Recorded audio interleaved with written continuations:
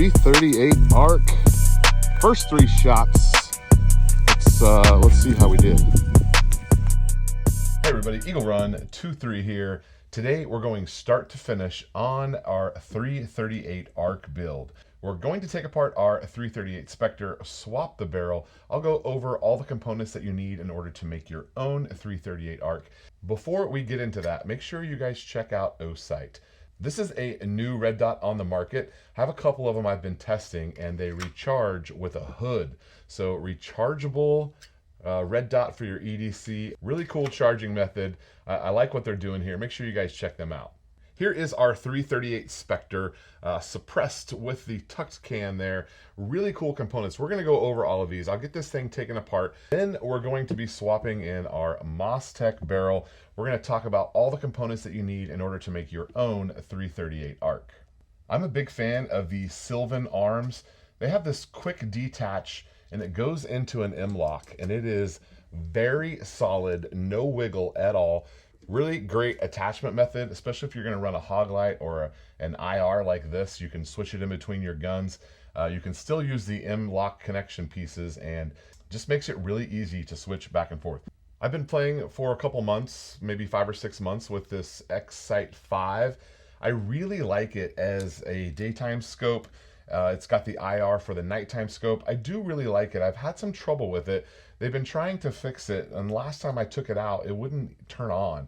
I used it to sight in, put it away, made sure it was turned off, got it back out 6 hours later after I was sighted in, and I was unable to use it. We definitely had some pigs coming up. I did not have my thermal that I normally have with me, and so I had to switch over to a green light. I was able to get a pig with a green light, so there's always that, but I've had some trouble with this. Let me know what your experiences have been with the ATN X-Sight. They do have a thermal option, and I know this is not like their top of the line model, but I've had a little bit of trouble with it, and it left me hanging on our last hunt. Suppressors are really hot right now. This is the original 8.6 blackout suppressor that I got. It's a dead air primal, 45, 46 caliber, 458 caliber. Listed on the tube. I've been using it for 8.6 blackout. I've been using it for Spectre. I'm going to use it here for arc. There is a lot of things that have changed since I bought this. I never had any trouble with this. I enjoyed how quiet it was, but I do have a couple of other cans now, and the Q pork chop does a really good job. It's actually a 33 caliber can.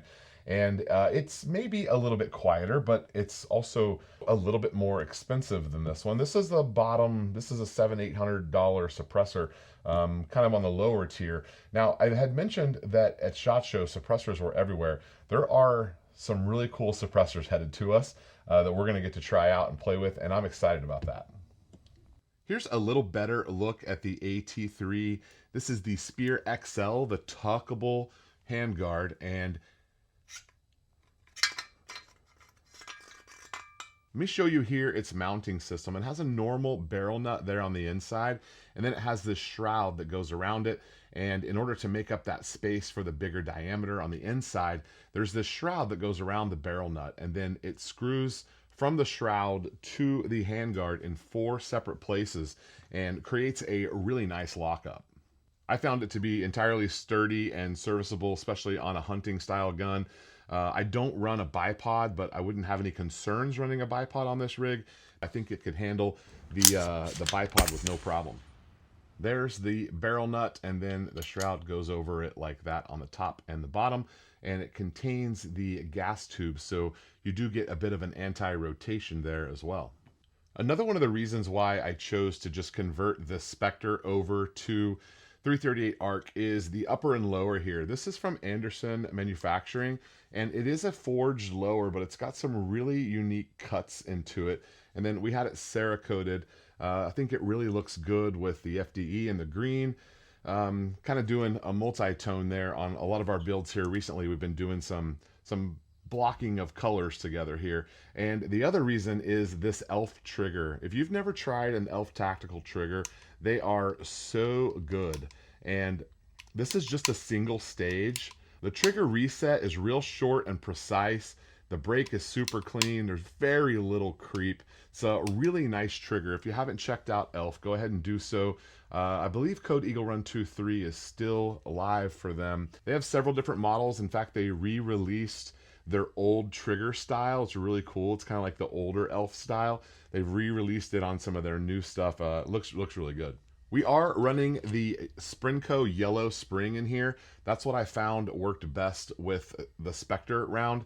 I'm going to go ahead and leave it in. If I need to swap back to a regular spring, if we have any feeding issues, we can totally do that. We're going to be reusing a lower receiver from another project. This would be a great time to maybe try out a polymer lower receiver. Got one there that's an 80%. Also, like this carbon fiber lower receiver here that we had Cerakoted in Jesse James Cold War Gray. This is a lower receiver that's very lightweight that would go great on a build like this. This would be great, save some weight, go with the carbon fiber. Again, you're not really worried about durability. It's not a gun that you're going to be not really worried about durability. It's not a gun you're going to be using for home defense or taking a class with or anything. But if you do want to go with a standard forged lower, check out this one here from Sharp's Shooting Supply out of Kansas. They sent this over to us to check out. This is their lower. They build their own line of guns over there. And so this is their lower. Really cool. It will be Cerakoted very soon. And then here's just a raw 80% lower receiver. A build like this is a great spot to maybe use something unconventional since you don't necessarily need the strength and durability of a standard forged or billeted receiver. The 338 Spectre used the 6.8 SBC bolt carrier group. This is one I picked up from Anderson and it worked great for us. It wasn't super expensive. The channel name works over there as a discount code as well. They also sell a Grendel bolt carrier group, which is what you'll need for this build. So a barrel swap and a... Well, now I don't know which one's which. So a barrel swap and a bolt carrier group swap is pretty much all you'll need in order to convert your gun over. You're probably also going to want an adjustable gas block, but those are probably things that you have. And in our case, it's something that we're taking off of another gun. But in your case, you can pick those things up. I have a build list for this gun. You can see all of the parts that I used. In addition to that, there's links there that take you right to the spot where you can find what you're looking for. I don't remember which gas block we have on here. This might be one that I got from AT3 Tactical. They have a Wotech something or other. Not a super high-end one. It does use the set screws, which, you know, down the road could be problematic. As carbon builds up in there, those set screws don't really operate like they should. The Mostech barrels fit really nicely, and that reminds me, after my last video, Mostech reached out and wanted to make sure that you knew that yes, they do custom barrels for the Arc and the Spectre and the 8.6 Blackout, but they also know that not everyone wants a fully custom barrel. So Mostech has released some of their Arc barrels, and they're going to be available with some limited options, but available in a semi-off-the-shelf situation. So more like just a couple of weeks to get those barrels in. If you want the full custom where you're going to be choosing your taper and your thread and maybe a custom length and stuff like that, yeah, those are going to take a little bit longer. But thankfully now you can get one in just a couple of weeks with some less custom options, but still the famous Mostech barrels. A couple of months ago, Faxon came out with this new adjustable gas block. And I ordered it in a 750. They also have it in a 625. And it's a new way to adjust your gas block. I mentioned on this style, the way that it works is the set screw opens up the amount of gas that's allowed to go through. There's then an opposing set screw that locks that set screw in place. And so it's a set screw locked into a set screw, and the set screw adjusts in order to let the amount of gas go through. A very simple design and obviously an inexpensive way to do it. Long term, you end up with some really clogged and difficult to adjust set screws. Also, wherever you set it, it doesn't actually stay there unless you lock it in properly. And so if you're doing a lot of adjustments, those two set screws are going to tear each other up. You're going to get less and less precise adjustments. So Faxon came out with an entirely different design here. The way they have it set is the entire system just moves up and down to allow the amount of gas to flow through that it wants, and it uses the same hole going into the same tube, and it adjusts externally. It's really cool. I don't know how much these are, but given the longevity of how this would work, I think it's a pretty good idea.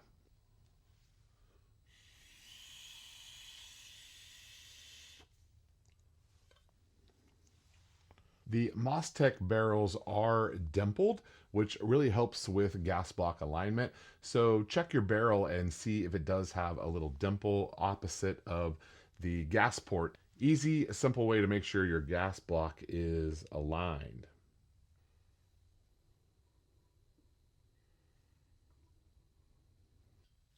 Little arrow shell on the barrel. We're going to swap the barrel nut back on and get the handguard back on, and I'll show you what it looks like.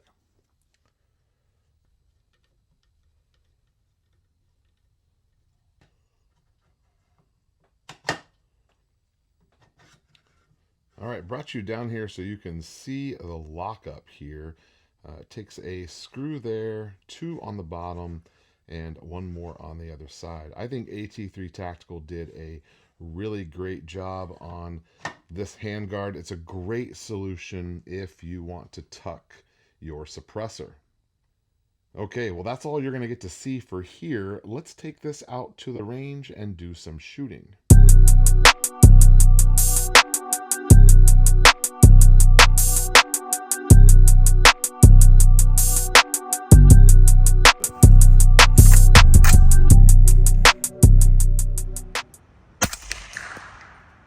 Oh, we're dead on.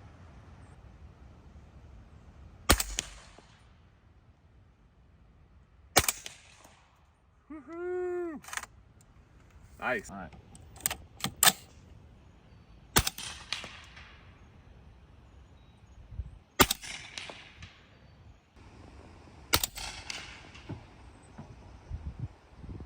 Okay, I'm low.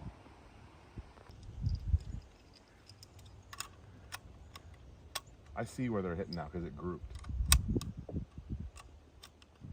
We are grouping at least. Does that only hold? It's a 5-rounder.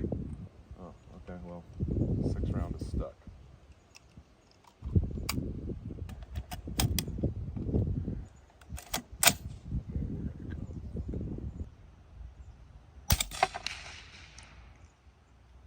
Whoa, 1068.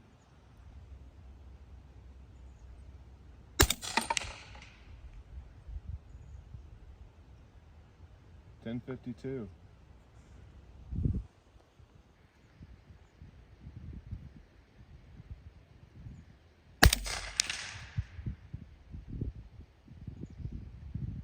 $10.52. All right, I'm gonna make another adjustment. All right, there it is, all finished up, looking really good. So happy with the way this came out. If you have not shot a subsonic 8.6 Blackout, 338 Spectre, even like a suppressed 9mm or 45, it is so enjoyable to shoot these suppressed rounds. And that's really one of the driving forces, is just how enjoyable it is to shoot those. There's a lot of reasons to subsonic hunt. We've talked about that in a couple different videos, but that's really one of the main reasons for me. I just really enjoy that recoil impulse, and this gun definitely has it. Feels like an 8.6 Blackout, feels like the Spectre, so definitely check out a 338 ARC. Really enjoyed that build. It was a whole lot of fun. The Elf trigger is phenomenal. I like the look of the Anderson. That is the Elite receiver set, and it's Cerakoted up. AT3 Tactical, thank you guys for the handguard. Definitely check them out. The entire build list for this is posted on eaglerun23.com. I'll have a link for that down below. While you're there, you'll see a spot to sign up your email. I only email once or twice every couple of months. It's not very much, and usually it's only going to be really good details, not just, hey, how are you? I'm not going to ask you about the weather. I also took the ATN off of here, the Excite 5, and put on this tracked response. This is a tracked scope that is no longer available, but I am a big tracked fan. I'll have links for them down below. And you see up here on the side, we've got ourselves a green hog light. And that light is clipped on here so I don't lose it. It's just still real loose. It would interfere with the scope right there, the way it's mounted, but I messed up and I left my Sylvan Arms quick disconnect, and I have several of them. I just didn't have any with me. So putting a green light on the side was good, and I could have shot pigs out to 200 yards with this green light just using a day scope. So if you're not looking for night vision thermal money and you want to spend less than $100 on a green light, I have a link to the two that I have tried. Both of them work really well, and we can maybe talk more about that later if you guys are interested. I can maybe try to get my camera down there so you can see what I see. Obviously not as easy to record whenever I just have a day scope on there because it doesn't have the internal recording capabilities, but I'll see if I can show you. It's at the edge of the light, and identifying your target, could potentially become questionable if you're beyond, what your flashlight can see. During the shooting and testing that we did just a couple of days ago, a couple of things that I realized I wanted to try and test some other stuff. The suppressor that we're using is the Dead Air Primal. We're going to have some other suppressor options, so stay tuned for that. I feel like it's pretty quiet, but at 1050 FPS, we're nowhere near the actual speed of sound. I typically like to stay under 1100 for sure, but just real close to 1100 here in North Texas is the speed of sound for us, and it's just based on your elevation. So lots more suppressor stuff coming. In fact, I got myself a jumbo shrimp that came in. That is a 6.5 caliber can, so we're going to use that on the Creedmoor and the Grendel. Let me show you the Grendel. This is the Shorty 16-inch, and there is the suppressor. That's the Q jumbo shrimp. This has a big vortex scope on it, which I kind of like. It's not my favorite scope. I have some other ones, but Faxon upper and lower. Right before A6 blackout became a thing for us, we were working on some Grendel stuff. Those things got halted and slowed down. I want to go back to them. I really like Grendel. It's one of my favorite AR-15 size cartridges, so some more Grendel stuff coming. So we can use that suppressor on the Grendel, the Creedmoor, and the 6 ARC. Ooh, did I say 6 ARC? Also, this subsonic ammo, this is the Sub-X bullet. In those gel blocks, which we're going to talk about this in an entirely separate video. In the gel blocks, the Sub-X bullets did not open up. In fact, they punched all the way through all three of those gel blocks. It was like 30-something inches of gel block. It went all the way through the gelatin. So I don't know about how those are opening. I'm sure it would be fine to shoot a pig, but I want to do more testing on that. I want to shoot it at 100 yards. We were only at like 25 yards, and so I want to shoot it at distance, all that stuff. So there's a whole lot more to come. This is the first time that I have taken a video, and this is a longer video. This is the first time that I've taken a video from start to finish, where we started with the components, we put it together, we tested it, and then we have the final thoughts all here at the end. If you enjoyed this, let me know. It's quite a bit more work to do it like this, but I think it makes for a better experience for you guys, so I'm willing to do it if we like it. If you want to see 3 separate videos with that process, I'm totally fine with that too, and that's easier, but I'm trying to be a better YouTuber. Speaking of being a bad YouTuber, I have no photos and no videos of the groups that I shot with this Sub-X bullet, and that really aggravated me as I was editing some of this together. I can't show you the groups, and so you heard me say in that one video that we were sub MOA. We were sub MOA, but I don't have a picture, and I did not put a caliper on it. That's my mistake. There was a lot going on that day, and I need to get better at that kind of stuff. So my pledge to you, I'll do better. We always post our groups, and I failed you on this one, whether it's a 100-yard group or a 30-yard group, and I'm really excited because all my holes are touching, but regardless, I didn't do a good job of that, and I'm sorry.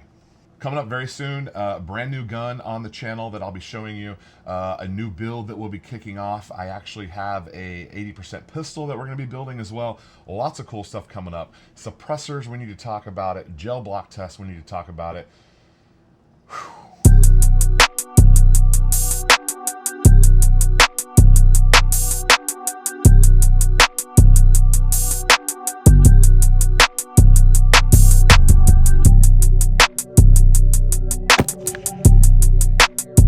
40 grain Rex subsonic. Look at that.